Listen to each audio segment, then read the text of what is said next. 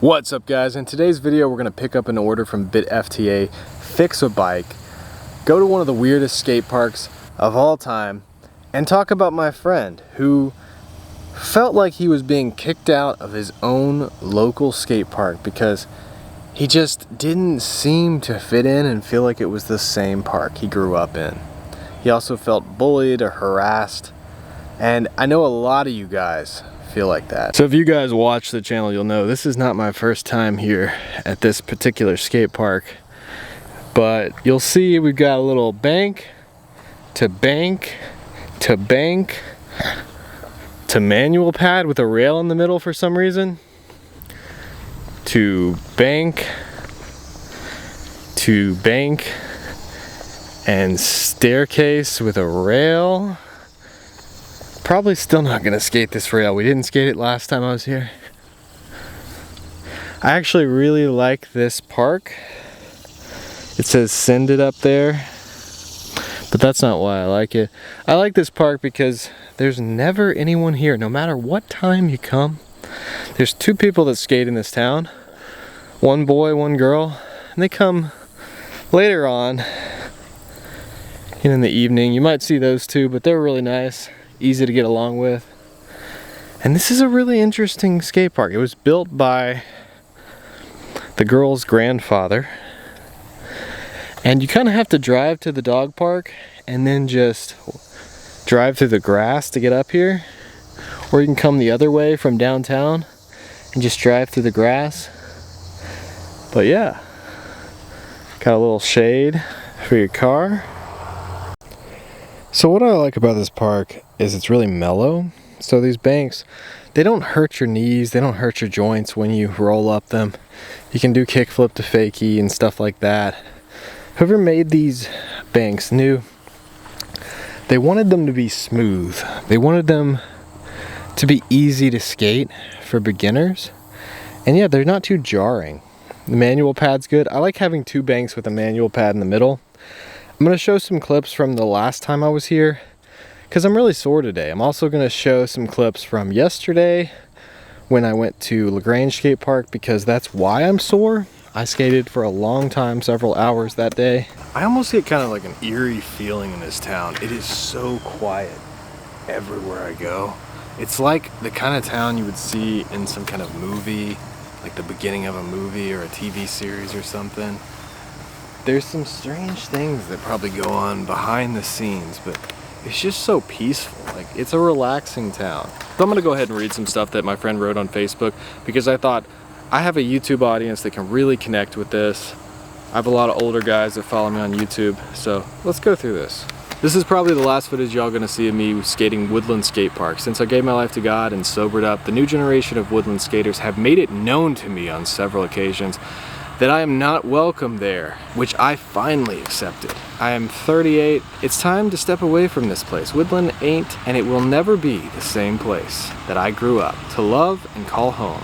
Even though I'm a skater and an OG, I feel like a stranger at this place. Personally, to me, Lexington's skate scene is completely dead. People don't support the local shops. People are genuinely trying to help skateboarding. And I realize it's time for me to step aside and let the new generation of skateboarders, let them do what they do. It's been real. Woodland, it's time to let go. How this made me feel, I actually responded, there's some truth to this, but it's mostly in your head. You can skate wherever you want. It actually doesn't matter what other people think. Most people up there can't skate. They're just drug addicts or homeless people. You will feel like this for a few weeks or a few months, and then you'll get over it. By then, there'll be a whole different group of people at Woodland. A lot of these young skaters just don't stick with it. So I guess what he was trying to say is that it just doesn't feel the same to him. Not necessarily that he's just being harassed. I took the part where he said he was made aware on several occasions that he wasn't welcome there. I kind of took that to heart. But what he was really saying is he just doesn't feel welcome. Not that he's constantly getting harassed or he can't take care of himself or defend himself. He's a pretty big guy. He's a decent sized grown man. He can take care of himself and defend himself against most of these scrawny little kids. And it is kind of true and kind of weird that they don't support the local skate shop in Lexington. So yeah, I guess what I'm trying to say is if you feel like you're not accepted at your own local skate park, the place you call home, who cares? Just keep going. It doesn't matter what anyone else thinks. You can't even suggest people peacefully protest, because these days, when a couple of homeschoolers and a couple old ladies walk around the Capitol, people make a big deal about it. Like it was some kind of actual event. But yeah, I mean, it doesn't matter what people think. It doesn't matter what people say. Just skate wherever you want, do what you want. You've only got one shot at this life, and you can't throw that away just because a couple people don't like you. Usually when people don't like you, it's because they are jealous of you. You see my friends actually going out and doing things, getting things done, having fun, skating. And the people who aren't skating, they're just kind of laying around at the skate park high all the time, those people are jealous. They see somebody actually living their life, actually having a good time, being successful. They get super mad, super jealous. So anytime somebody puts you down, kind of acts like you're not cool enough to be at the skate park, know that that is a super insecure person.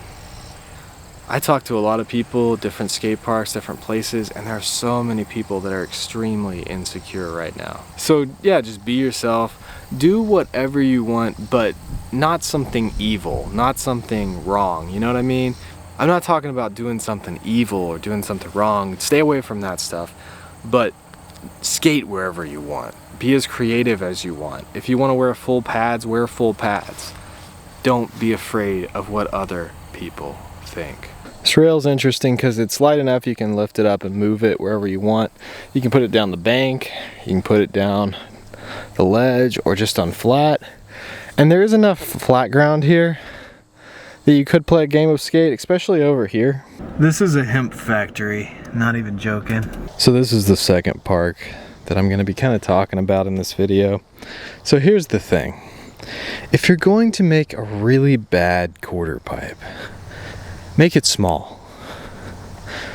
Because this quarter pipe right here, if it ended like right here, it wouldn't be that bad and that unskateable.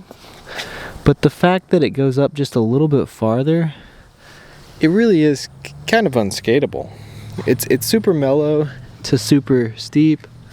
The coping sticks out way too much. Yeah, all of these quarter pipes, if you're going to make a really bad quarter pipe, make it mellow and make it tiny. Like a 1 foot quarter pipe, 2 foot quarter pipe, not 3, not 4. If you know for sure that you do not know how to make a quarter pipe, don't make a big quarter pipe. Because I've seen some really big quarter pipes made by these same people. That one in Ashland, and that was insanely bad too. Like, look at this coping. This coping doesn't go to the end of the ramp. I've seen locals that could kind of roll over this, but it's not easy. It's like skating a street spot.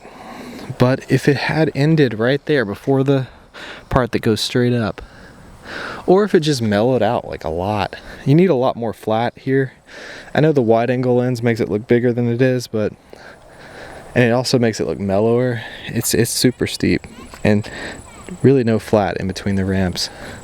Spread them out a little bit. So this skate park is based around jumping down things, but I just have to show this ledge every time I come here.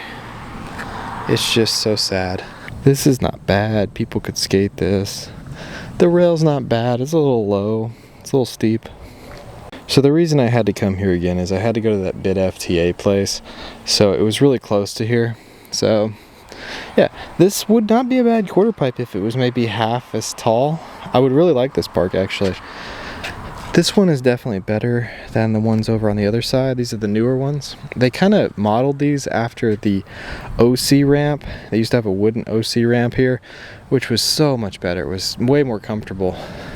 It's like kind of like hitting a wall when you first hit these, because they are a little bit steeper than they need to be. Just mellow it out, add a little more concrete. For how steep it is, it needs to be a lot more spread out. Just make a smaller ramp.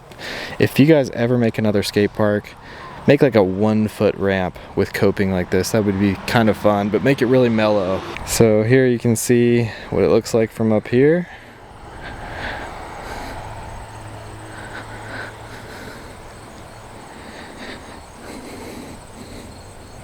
This is always my favorite part of this skate park. It's a little piece of metal. This thing's kind of crazy. Look at this roll in. It actually really hurts your knees when you roll down it.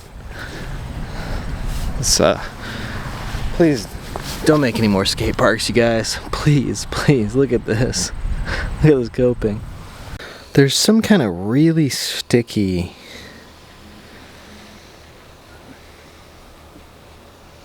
stuff on this. This is not an ASMR video. It's, I don't know if it's honey or like bodily fluids or what it is, but it is very sticky. Alright, so here we go. I just picked this bike up from Bidfta. I always say Bit. I don't know why. This is the first thing I've ever bought off there. So when I first got it, the brake was flipped around this way, which unless you had your hand like this, that wouldn't work. The seat, it's covered in really sticky, like honey or body fluids or something, and it's super loose. I need to tighten that. Neither of the wheels spin at all. I don't know if they're actually crooked. It said this was new. It looks like it's new. Obviously it doesn't. So this brake is not attached here. I definitely need to do something with the brakes. Let's see. Let's see if this wheel spins. So this wheel is spinning now. It wasn't spinning before because this was broken and shoved into these spokes. This is a little bit broken still. I don't think that's going to cause a problem. The pedals look fine. There's some scratching there. It's definitely been wrecked. Somebody wrecked on this bike and they've definitely been riding it, you know. This is a Walmart bike. I don't know how much it normally costs, probably $100 or something, but it was $25 on Bidfta. So I think I need to adjust this to pull the pad off the wheel. So I'll go get an Allen wrench or Allen key and try to fix that. And I think once I get that front wheel fixed, and then once I get this reattached here, then it'll be rideable. Here's some more evidence that there was some kind of a wreck. You can see some scratching. This also needs to be adjusted. I need to pull more of this wire through there because it's way too loose all the way through, even up to here. So I tightened everything that needed to be tightened. It turns out this screw right here kind of adjusts this brake, this pad, from going from one side to the other. So when you adjust this side, it moves over farther that way. When you adjust this side, it moves over this way. So it seems to be working. The front brake actually works. The back brake has a little gap right here. This doesn't seem to be pulling any farther that way through this tube, so I'm not sure how to actually adjust this. But yeah, at this point it is rideable for a $25 bike. Alright, so I've got it working. This is still loose on one of the brakes, but I can fix that, I think, if I really pull it down at the bottom. It doesn't really, I mean, it could come out here a little bit, maybe.